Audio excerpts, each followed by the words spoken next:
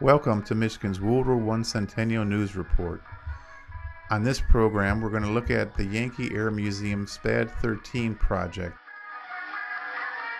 During the First World War, air power, for the first time in history, played a significant factor, and one of the airplanes for the Allies, which played a dominant role, was a S.P.A.D.XIII.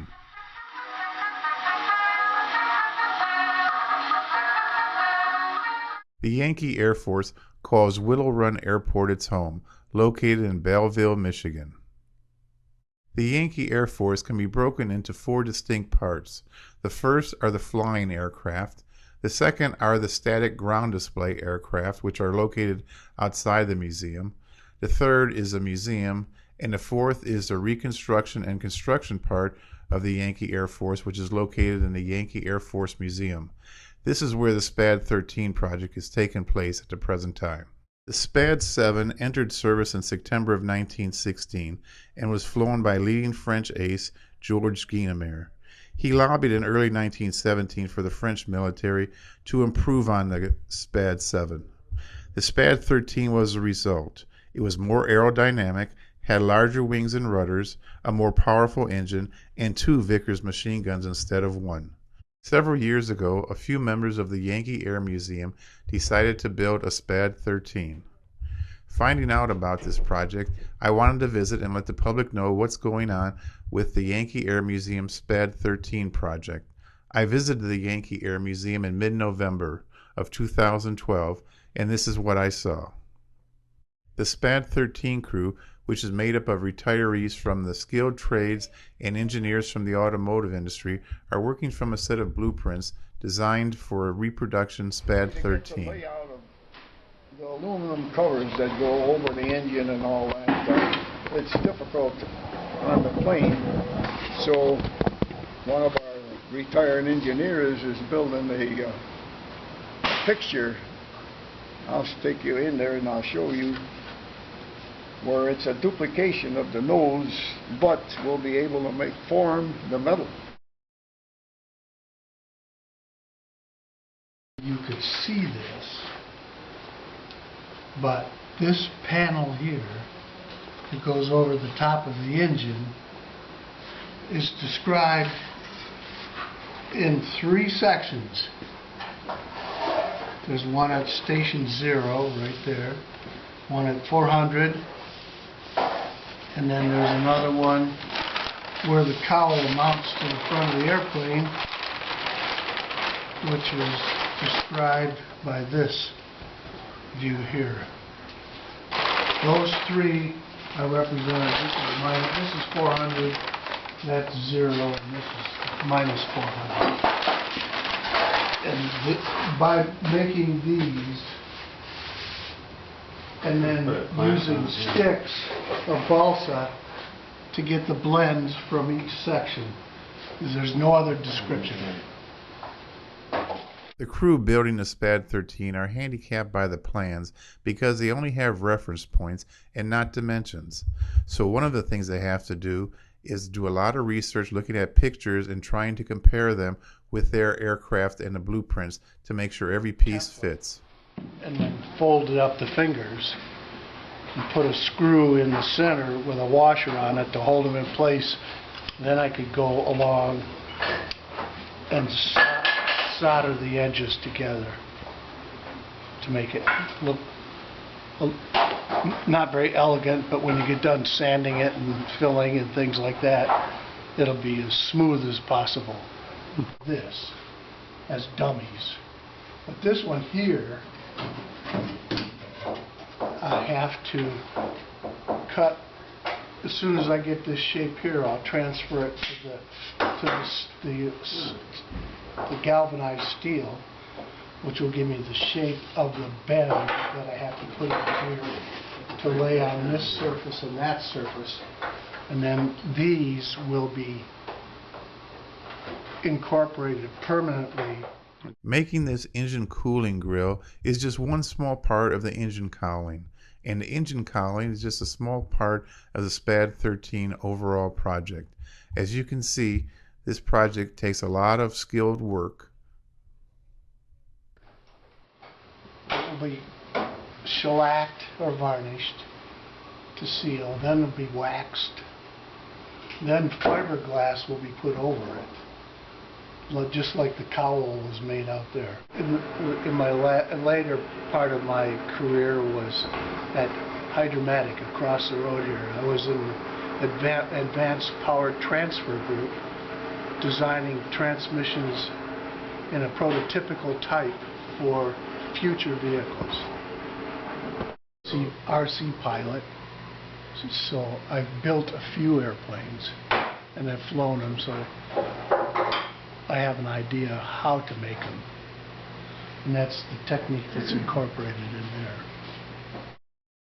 Walking around the S.P.A.D.XIII project, I see the place where Ken Hauser's engine cowling will go. It goes right above the engine, right behind the propeller. As you can see, the S.P.A.D.XIII is made up of wood frame, canvas covering, and wires holding it together. This was typical construction for World War I aircraft. In the cockpit area where the pilot sits, there are a few gauges in which he can monitor his engines and the aircraft. There is also a stick which allows him to control the rudders which control the aircraft. As we head to the rear of the aircraft, we can see the 94th Squadron symbol, the hat in the ring, which refers to Uncle Sam joining the war effort, basically throwing Uncle Sam's hat into the ring. Finally, we come to the tail of the plane, where the red, white, and blue vertical stripes identifies this aircraft to other flyers as an American fighter plane. Next, we look at the wing construction. The wings are a critical part of the plane because they provide the lift for the aircraft. Well, the ribs being identical were set up and caught. They were cut with laser cut ribs on one of our, that's right, there was one other person that worked down there. His son owns a shop that does that kind of work. So he cut all the ribs for us with the laser.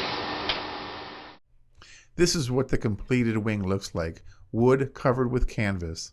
The wood frame below the canvas has holes drilled in it to keep it light. There's also wires there for support and also for controlling the flaps, which allow the airplane to go up and down. Finally, we come to the undercarriage of the S.P.A.D.XIII, basically the landing gears, which are bicycle tires mounted on an axle, which were connected to the undercarriage of the S.P.A.D.XIII. And this, in World War I, these aircraft did not have brakes. And your brake was back there on the tail skid, not the wheel, the skid. You touched down and you dug in, and that's what stopped you. Plus the fact that you have handholds on the lower wings so that the ground crew could come out and grab a hold of you and bring you in. And that's how you stopped. Here's a closer look at the wheels for the S.P.A.D.XIII. One has a wheel cover and the other doesn't. And this is the crew that's working on them right now.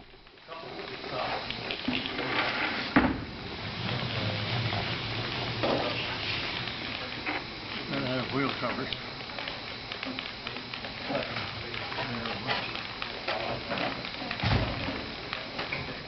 Wheel covers are used in aircraft to increase the aerodynamics of them. This allows them to fly faster and have more control. Here's a picture of the fuel tank. This is mounted in a cockpit below the pilot. Here are a few completed pieces that need to be mounted on a fuselage. Eddie Rickenbacker. That's his squadron, and we decided that to do something. It was just something that we came up with, you know, that we wanted to go back in time, that we could build ourselves, which is, I'm a retired tool and die maker. We have engineers from Ford's, body engineers, so we decided that we're going to do something that we understand because we built wood models. So that's how it started, 30,000 hours ago. I was 79 years old, and there were 5 of us, and we've already lost couple of them. But we're still hanging in there. When the S.P.A.D.XIII project is completed at the Yankee Air Museum, this is what the plane will look like. While at the Yankee Air Museum, I wanted to see what else they had regarding the First World War on display. One of the things they had was a pilot grouping from Lieutenant Henry Rex Watto. The grouping consists of Lieutenant Watto's helmet and goggles, along with a winter hat which were worn when he flew in his Halley Page bomber, his tunic which has his Royal Flying Corps Flight Eagles, and also shoulder tabs which have Canada on it. Here's a picture of his tunic. They also have a U.S. Army Air Corps display which consists of one grounds crew who is wearing a helmet and also a pilot who is wearing a visored hat. Part of the Air Corps grouping which is not displayed is a pilot's footlocker which carried his personal belongings, such as a tunic like this which carries his pilot's wings which he earned during flight school. I was also shown a tunic from the 15th Regiment of Engineers, a unit that went over to France in July of 1917. You'll notice a distinctive patch, the 1st Army A, with the red engineering castle symbol below it. The S.P.A.D.XIII was used by over 37 countries during and after the First World War. Some of them bought the planes, some like Turkey captured a few British planes and put them into use. The Italians used them, the Americans used them, and even American ace Eddie Rickenbacker, pictured here, flew a S.P.A.D.XIII. Here's a painting of one of Eddie Rickenbacker's squadron mate, Lieutenant Chalmers, in action. The S.P.A.D.XIII was a popular aircraft during the First World War and continues to be.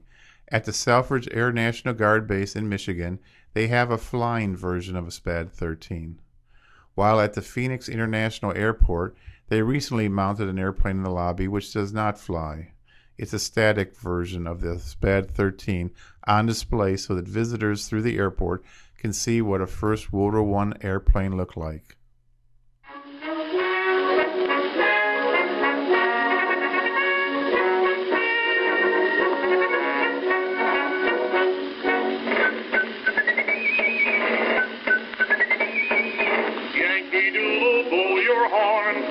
Sons to arm, from cities and from farms, to answer war's alarm.